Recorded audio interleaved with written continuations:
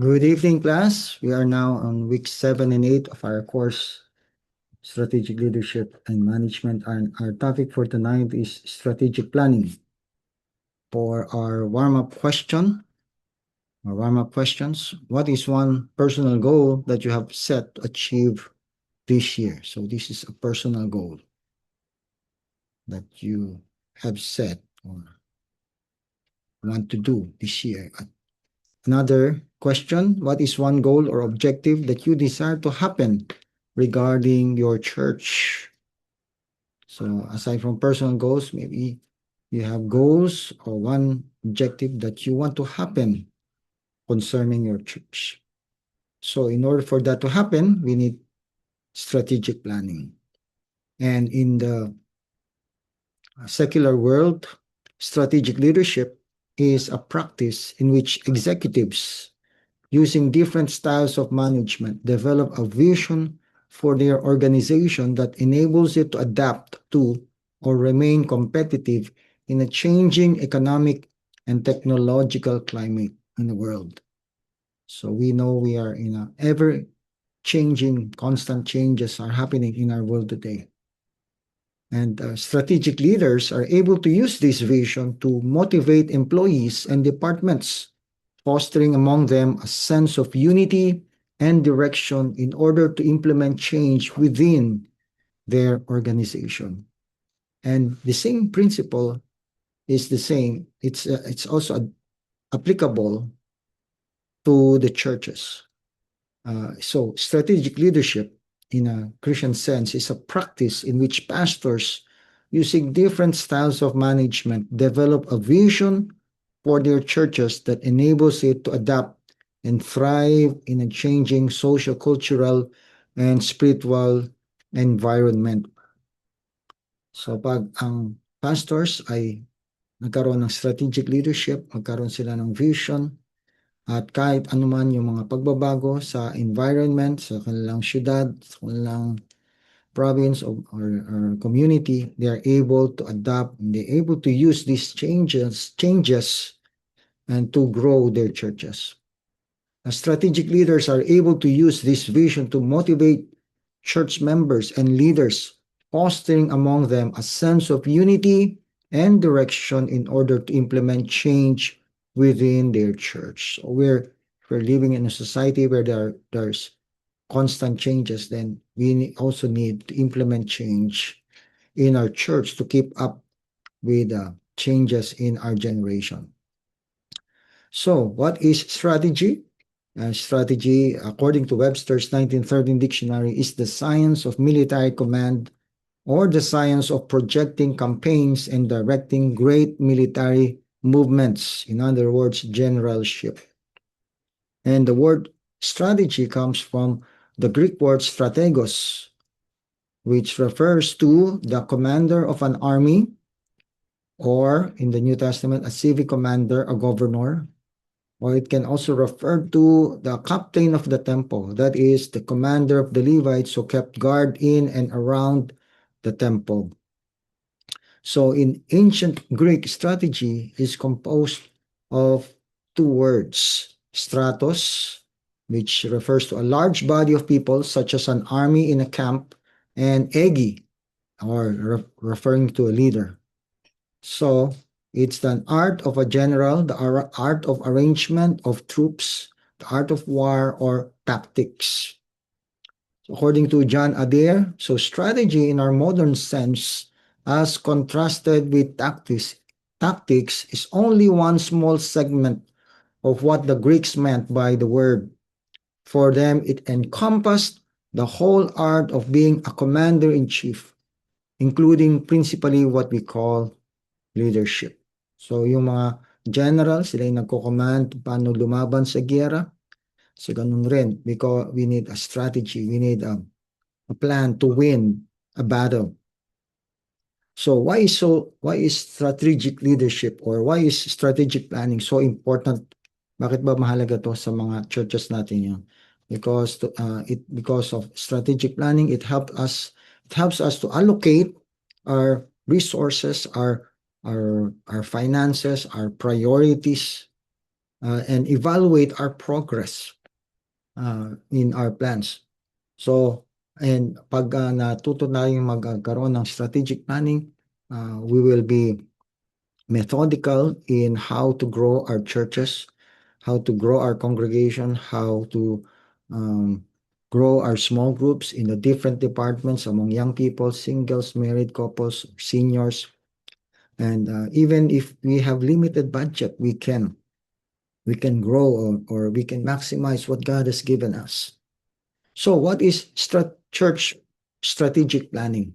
Church strategic planning is a systematic process that involves setting short and long-term goals, determining the necessary steps to achieve those goals, and implementing a plan to guide your church's growth and development. So, a well-defined strategic planning. Strategic planning is important because it helps clarify our church's purpose and direction. It also helps us set achievable goals and objectives. And our strategic plan helps us to make informed decisions and allocate resources effectively. Also, another reason why it's important is because it fosters unity and commitment among church leaders and members. And by our plan, we can measure progress and evaluate effectiveness of our programs and initiatives. Now, according to this book, Church Growth Principles, survey results show that 85% of churches which have grown off the plateau, so yung mga nag-grow, kasi kung nagpa-plateau lang, same members throughout the years, but those who have grown off the plateau have reevaluated their programs and priorities during the past 5 years, as compared to 59% of churches which have remained on the plateau. So similarly, 40% of breakout churches have developed a long-range plan, as compared to only 18% of continued plateau churches. So in other words, those who have an analysis and evaluation of their programs in church, kung effective pa ba to. Tapos nagplano sila, may binago sila, bagong plano, they have a breakout growth. According to Benjamin Franklin, if you fail to plan, you are planning to fail. Or in other words, if you don't organize, you will agonize. So, strategic planning is very important in our churches. Now, how do we organize and execute with excellence concerning strategic planning? To begin with, let's examine the biblical basis for strategic planning. Ano ba yung sinasabi ng Bible? What does the Bible say? Is it strategic planning? Kinuha lang ba natin yan sa secular business model and apply it to our churches? Does God honor the process of strategic planning? By principle and example, God's word establishes strategic planning as one of the ways where the Lord works in and through his people. So we can see, first of all, that strategic planning is present in creation. God planned how he will create the universe. In Genesis 1:1-3, in the beginning God created the heaven and the earth. The earth was without form and void, and darkness was upon the face of the deep. The Spirit of God moved upon the face of the waters. And God said, "Let there be light," and there was light. So we can see that all the basic building blocks of creation are already present in Genesis 1. Science expresses the universe in terms of time, space, matter, and energy. And in Genesis 1, you can read that God created time in the beginning. God created space. God created heavens. The Hebrew for heavens here is shamayim, which means stretched out space. So parang yung painter, meron muna siyang canvas para mag-drawing, mag-paint. And then there's the earth or physical matter. And then there's energy. Let there be light. Okay, and we can also see strategic planning, not just in creation, but in the life of Joseph. Okay, we know he was sold as a slave by his brothers, and when he interpreted the dream of Pharaoh, there was a prediction of 7 years of abundant harvest and 7 years of famine. And during those years, na masagana yung ani, Joseph built places to store the surplus grain. And so he advised Pharaoh. The plan seemed good to Pharaoh and to all his officials. So Pharaoh asked them, "Can we find anyone like this man, one in whom is the Spirit of God?" Then Pharaoh said to Joseph, "Since God has made all this known to you, there is no one so discerning and wise as you." So God revealed to Joseph what would happen in the future. So he had foresight. May plano siya at nag-imbak siya ng mga ani ng bumper crops para gamitin sa 7 years of famine. So another example is David in 1 Chronicles 28:19. All this David said, "I have in writing from the hand of the Lord upon me, and he gave me understanding in all the details of the plan." What plan is that? David handed to Solomon the blueprints for the whole project of the temple complex that God's Spirit showed to David so that his son Solomon can understand it. Okay, so bago pa man kinonstruct ni Solomon yung temple, yung first temple to replace the tabernacle and house the Ark of the Covenant, na meron ng blueprint, meron ng plano si David, and very detailed yung plans niya. And that's why in our plans, in our strategic plan, we need to have details. We need to have exact information. And if you're not a detail-oriented person, we need to get some admin people who had administrative gifts on our team para to so we can have this well-organized plan for strategic planning. Another example is Joshua. Joshua, the protege of Moses, also demonstrated strategic leadership. And in Joshua 6, we know what the Lord told Joshua as he led the Israelites into the promised land, and that is to conquer the strong, heavily fortified city of Jericho. Jericho was the gateway city to Canaan as the Israelites entered the promised land, and it was surrounded by double walls. So yung double walls, makakapal yan, and in between those walls, yung chariots can pass, can run. And so no one is able to get in easily, and the walls serve as solid protection against invaders, against attacks of invading armies. But God gave Joshua a strategy to not just to conquer Jericho, but the conquest of Canaan. So inunan niya muna yung Jericho kasi nga para siyang domino effect. Okay, pag na conquer mo tong malakas, susunod na yung ibang cities. So he had a central campaign, southern and northern campaign. So God did not just zap people or destroy these cities just like what he did to Sodom and Gomorrah, but God chose to work through Joshua, and he gave him a strategy that to conquer the land, and it involved his people. Next is Nehemiah. We know Nehemiah was a God-appointed leader who used strategy to rebuild the walls of Jerusalem. Again, he had favor with the king, and he began to establish and work through a well-planned strategy to accomplish the vision that God has given him. He assessed the damage, he secured the resources, he established the leaders, and distributed assignments among them. He had a drawn-out plan for the reconstruction of the walls of Jerusalem. So binigyan niya assignment yung mga ibang heads of families and tribes. Okay, next is the Apostle Paul, who is a very efficient and effective church planter. And it's obvious when we read Book of Acts and also the epistles.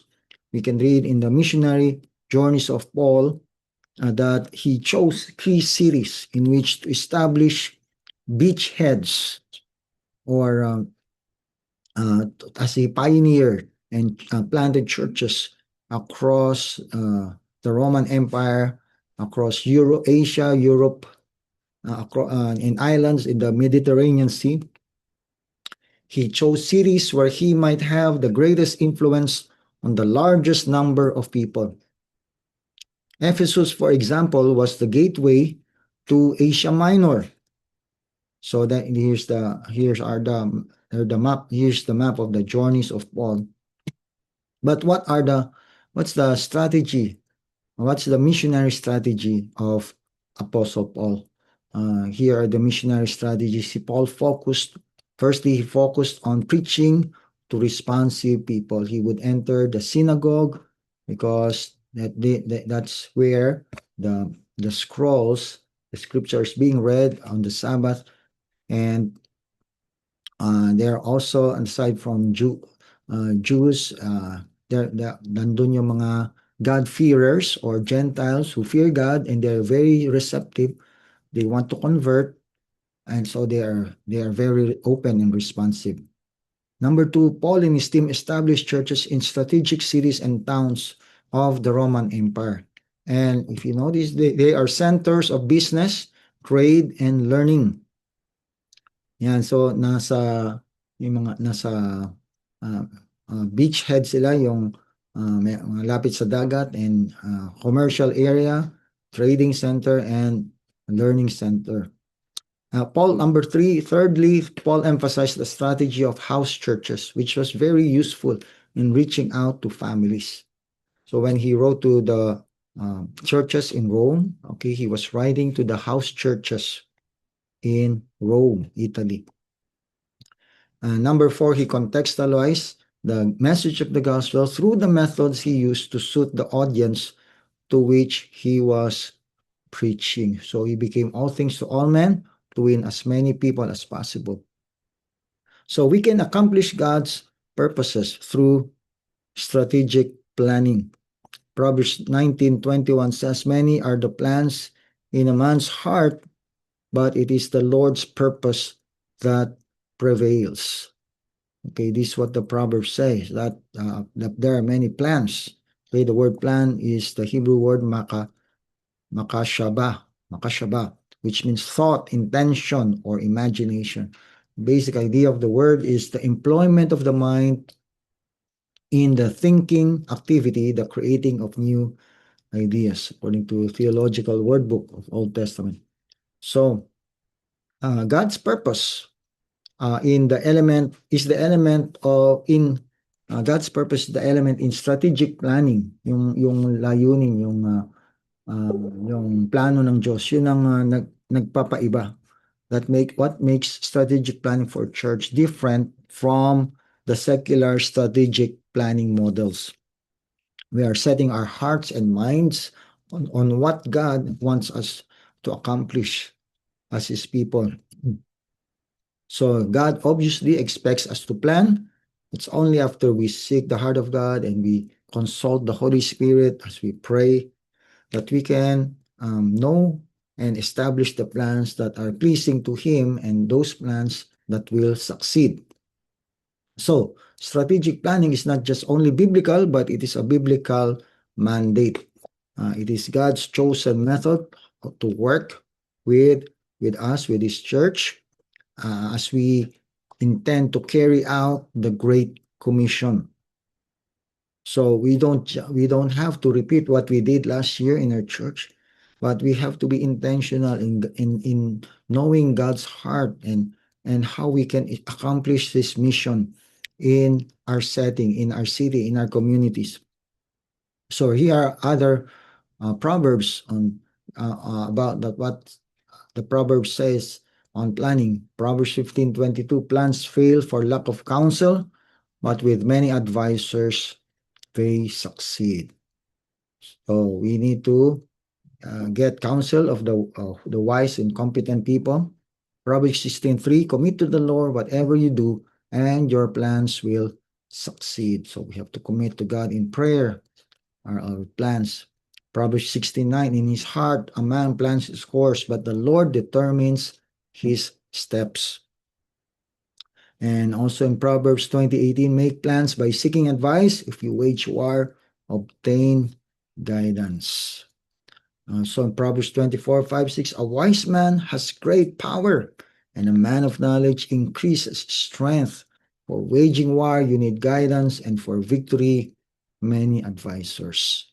So, how many advice do we need?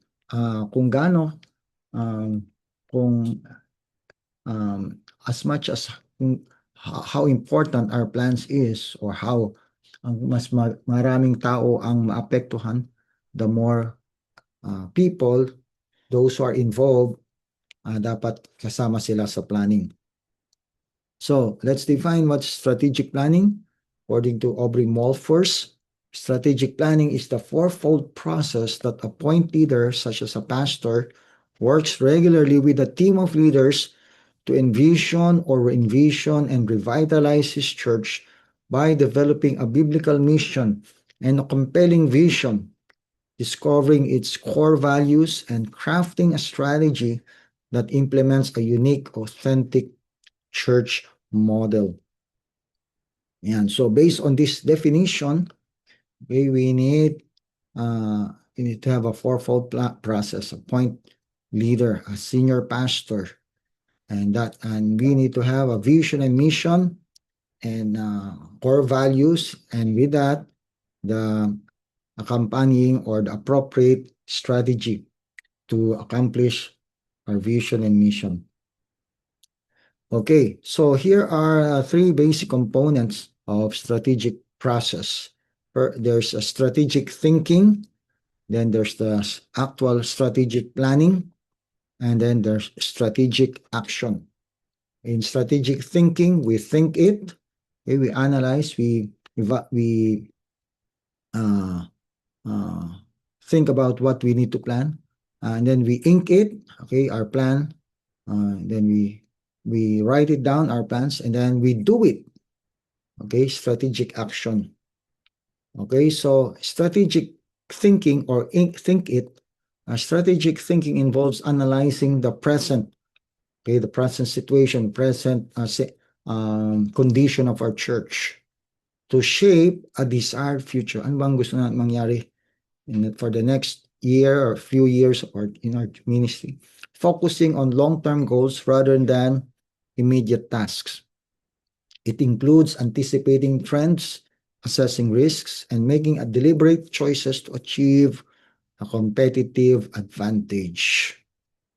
And so, kung you will assess how, for example, you're reaching the students in your city, okay, how many schools, how many ilang estudyante ang kaya nyo i-reach out, or sa community niyo, ilang Bible studies ang kaya nyong i-start to reach out as a certain segment of your community. And then the strategic planning, ink it. Ink it in strategic planning refers to the final step of documenting and committing to a tangible, actionable plan. So, nag-discuss na tayo, and then isusulat natin, re-record natin. This moves ideas from abstract brainstorming to a concrete strategic plan or action plan that outlines goals, KPIs, or key performance indicators, and responsibilities. Okay, so yung key performance indicators, yung quantifiable measures, paano para ma-identify, ma-evaluate natin kung successful tayo sa short-term or long-term goals natin. Okay, so and then there's the strategic action or do it. Ito naman yung execution.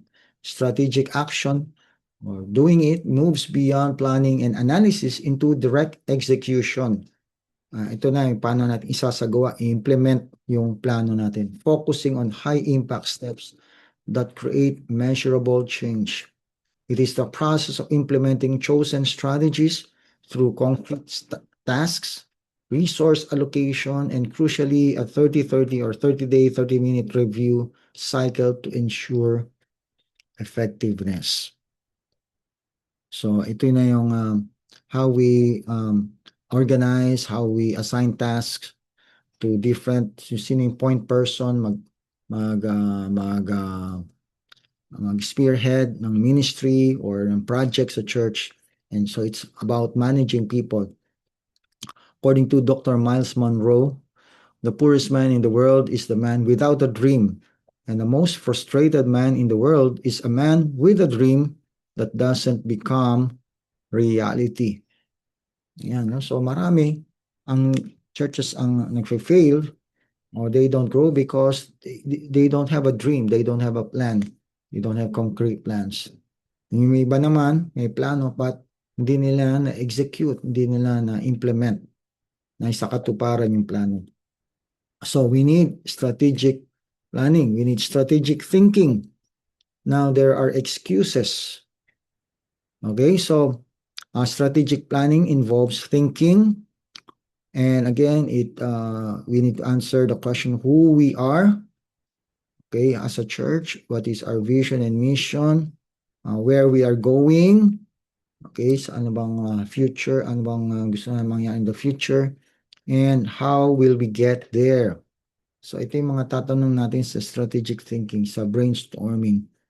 But sometimes there's an excuse. Bakit ba tayo magkakaroon pa ng strategic plan? It's not spiritual.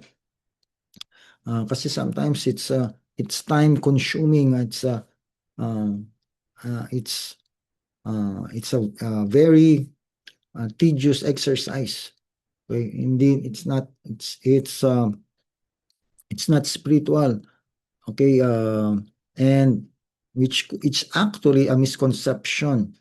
And kasi akala nila it's just pertaining to secular business. But again, we have to discern. We have to take tough decisions, and the way we make the right spiritual decisions is when we have a collaboration. We need planning, spiritual sounding board, and that's why we need to carefully plan, and not just hindi lang ipapaubayan natin kung anong basta-basta mangyari. Another excuse, it's not my gift. Planning is not my gift. Okay, and if we accept this excuse, no, it can lead to procrastination and missed opportunities. And because but strategic planning can be learned, no, even if it's not our gift, even if we're not too administrative in our gifting, no, pwede natin siyang matutunan. We can have achievable small steps of planning. So, what is a plan? It is a step-by-step guide on how to achieve a stated vision. Okay, so yung plan natin based on our vision and mission, and our plans, strategic planning should be excellent, it should be effective, and they should be efficient. Yan, so effective, so efficient, excellent. So what does excellent mean? Excellent means outstanding quality, superb, exceptional, marvelous, wonderful, magnificent, preeminent, okay, perfect, match the supreme. So why do we need to have a excellent plan? Because we serve an excellent God. Okay? And effective and efficient, anong kaibahan nila? Effective means achieving the desired result or goal on doing the right things. Okay. So ito yung doing the right things, effective. While efficient means producing that result with minimum waste of time, resources, or effort, focusing on doing things right. Okay, so effective, doing the right things, efficient, doing things right. So a process can be effective without being efficient, or efficient without being effective. Okay, so kailangan din both. We need both effective and efficient. Do the right things in the right way. Now, why there are prevailing mindsets that we need to overcome in strategic planning. There's a mediocre attitude. Ito yung pwede na. Pwede na yung mediocre. Pwede, tama, okay na yan. Okay, and mediocrity. Yung hindi gaanong excellent. And then there's no one would notice it anyway. Wala namang mga kapansin. Hindi naman halata. No?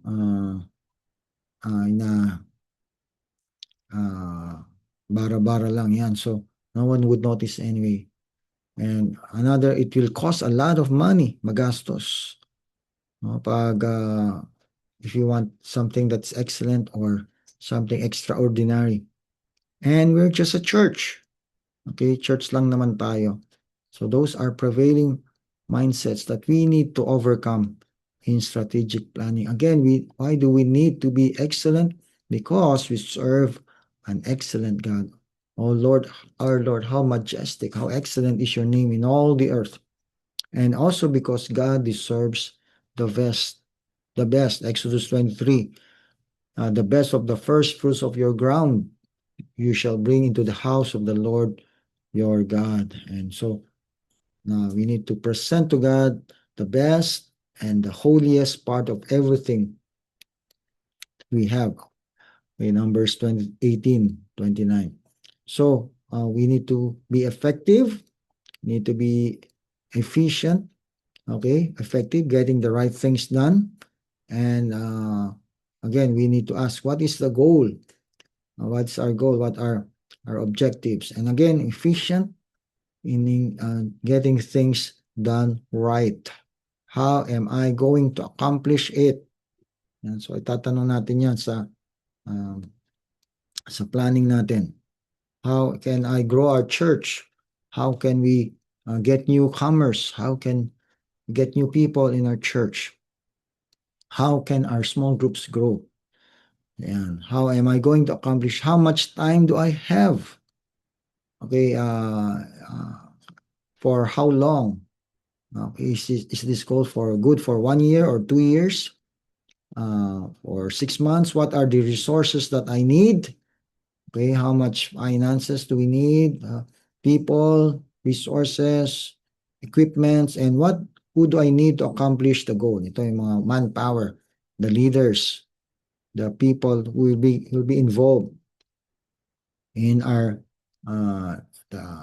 planning and the implementation of the plan. Then we also need strategic action. Okay? And a feedback and assessment system. Okay? So pagtapos na yung plano, kung na-achieve ba natin, na-evaluate natin. Halimbawa, nagkaroon tayo ng evangelistic outreach. Okay? Na-assess natin yung effectiveness ng strategy. Yung nagkaroon tayong outreach to this poor community or urban poor. Okay, nagkaroon tayo ng film showing or distribution of relief goods. Okay, marami ba tayong na-invite sa church or na pumunta ba sila sa services, sa small groups, sa small groups natin. So we need to evaluate. And pwede rin mag-adjust ng strategy. Okay, so you need to have evaluation and assessment, and we need to find the problem finding. Kung hindi siya nag-succeed or hindi naging effective. And then problem solving, okay, and then also you need to make sure you need to have sufficient budget. Are you going to raise funds? Are you going to have a fundraising? Or are you going to teach people about tithings, generous giving, stewardship? Okay, so planning leads to, and then pag nagplano na, you also put it into your calendar. Okay, so monthly calendar, yearly calendar, week by week, month by month. and then execution para ma-implement yung plano. Okay, I'll show you later. And then after execution is the evaluation. Ayan. So evaluation, assessment, ano ba yung mga problema ng church natin? Ano ba yung kinakailangan natin overcome the challenges? So we plan, and then we put into calendar, and then we implement, execute. We plan, we organize, we lead, and we evaluate. Poll. Yun yung poll. Planning, plan, P-O-L-E, plan, organize, lead, and evaluate. Okay, strategic leader. What is a strategic leader? Okay, a strategic leader is someone who spearheads strategic planning in a church. Is a visionary, forward-thinking individual, often a pastor, staff member, or key lay leader, who moves the congregation from a general mission to actionable, measurable goals.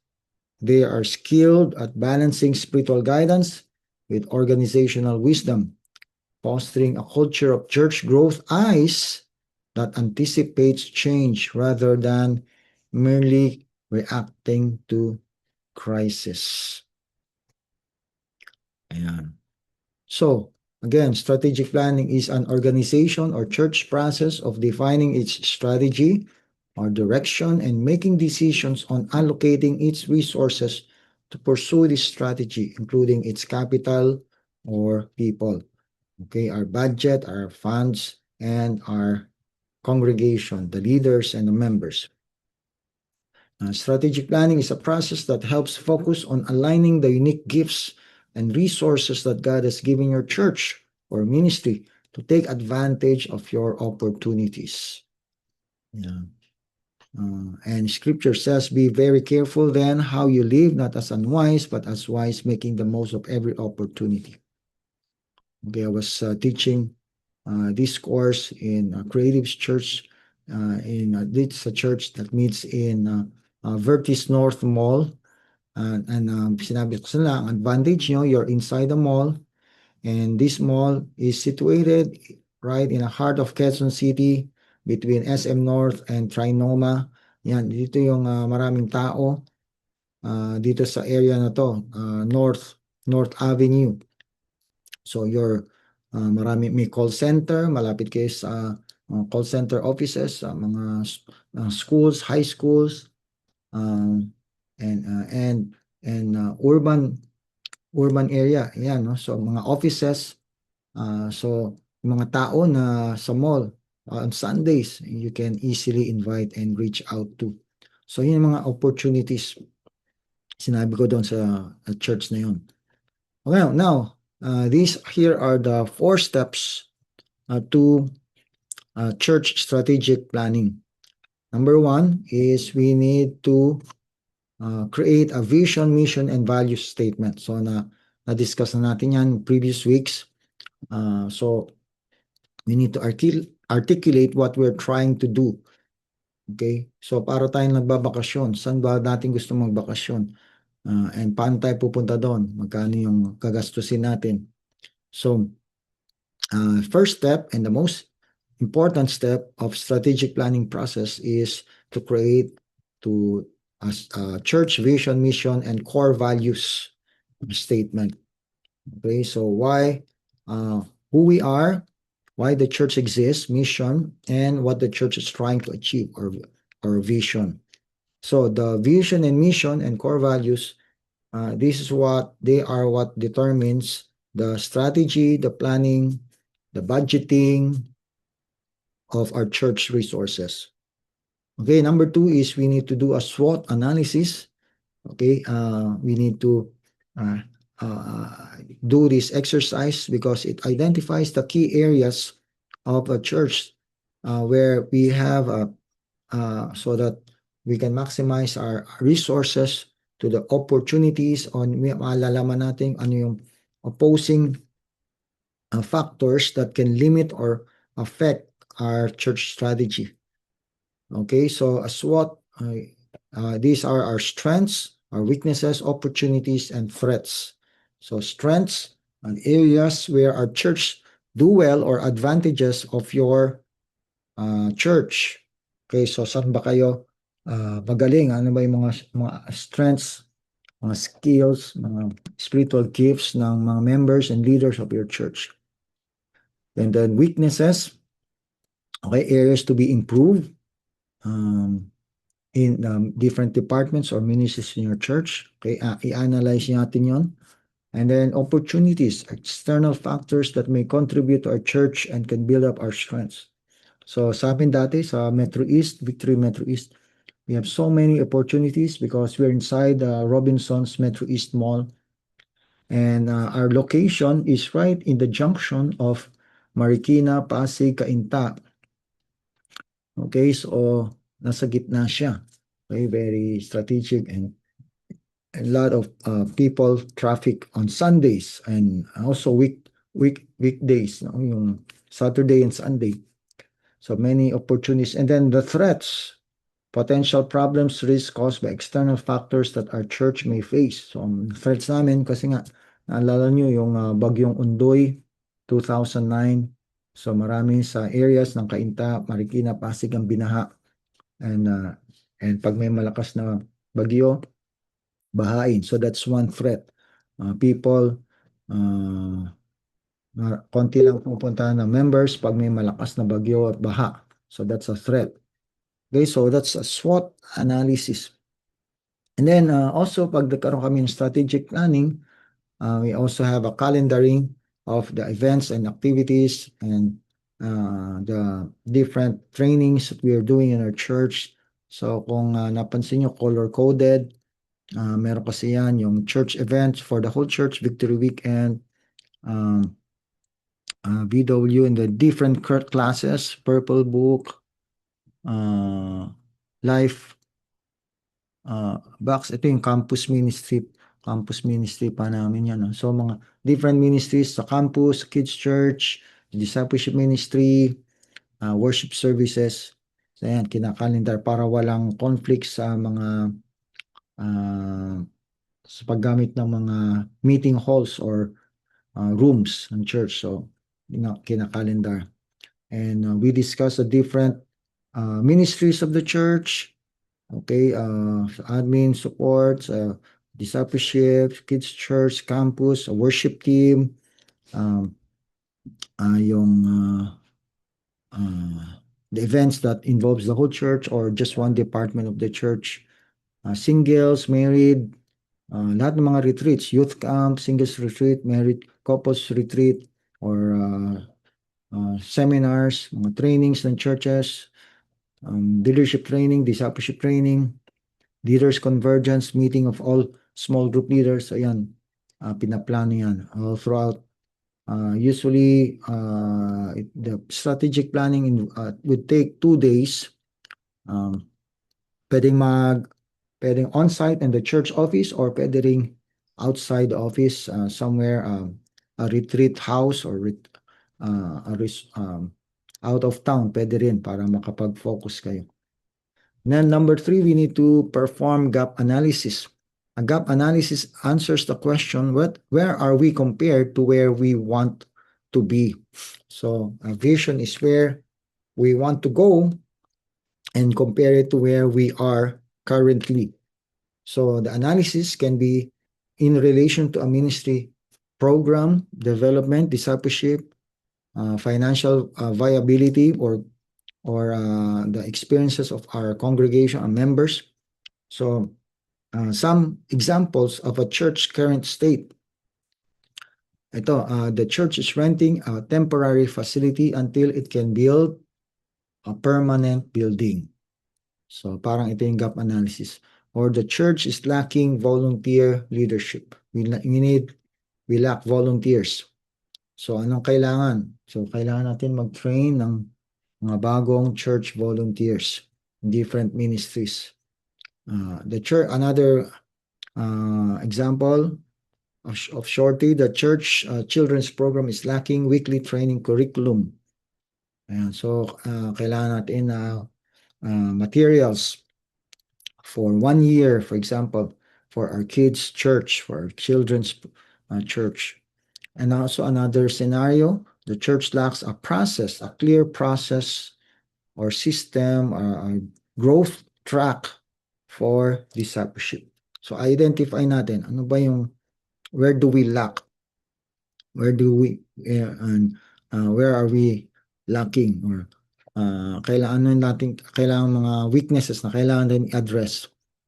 Okay? So the current state, there's the gap, key factors for change, then we enumerate action plans so we will reach the desired state. Number 4, we need to write our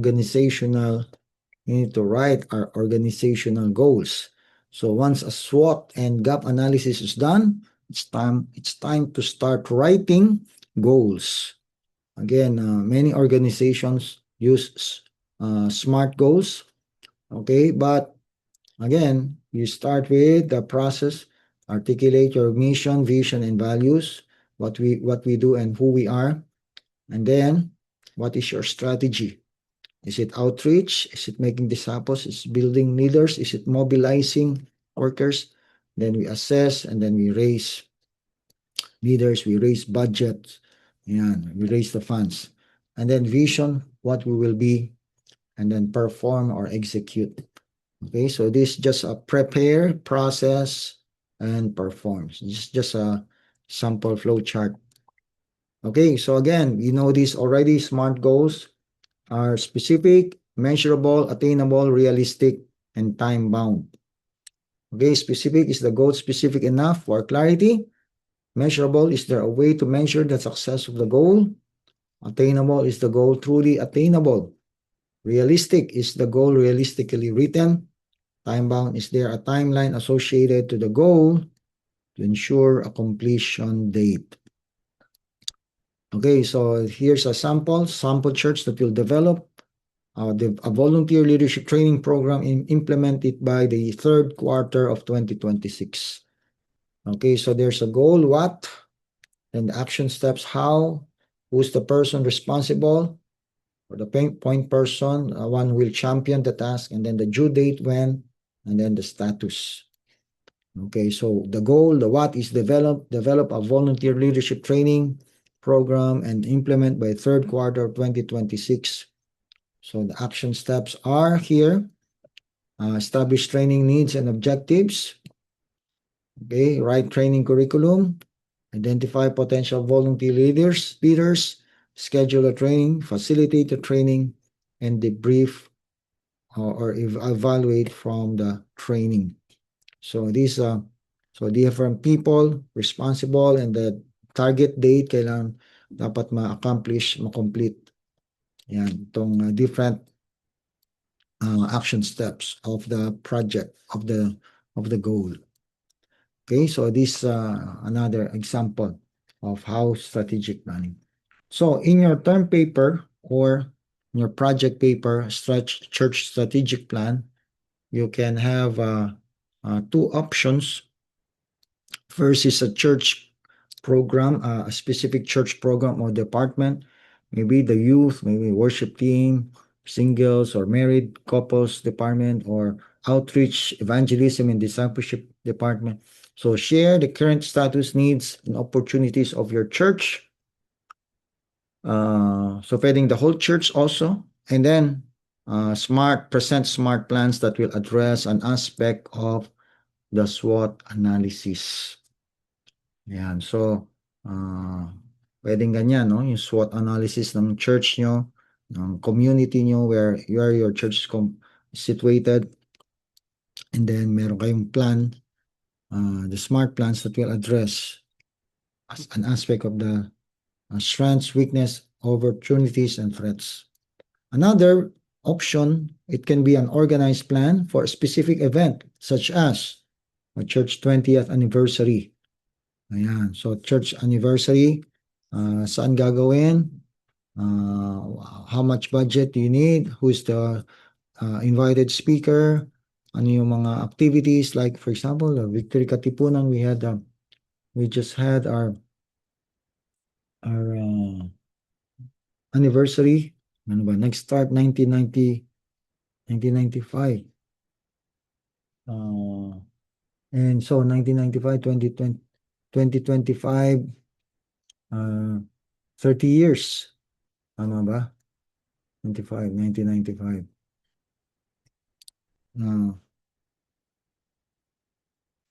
Or 35 years.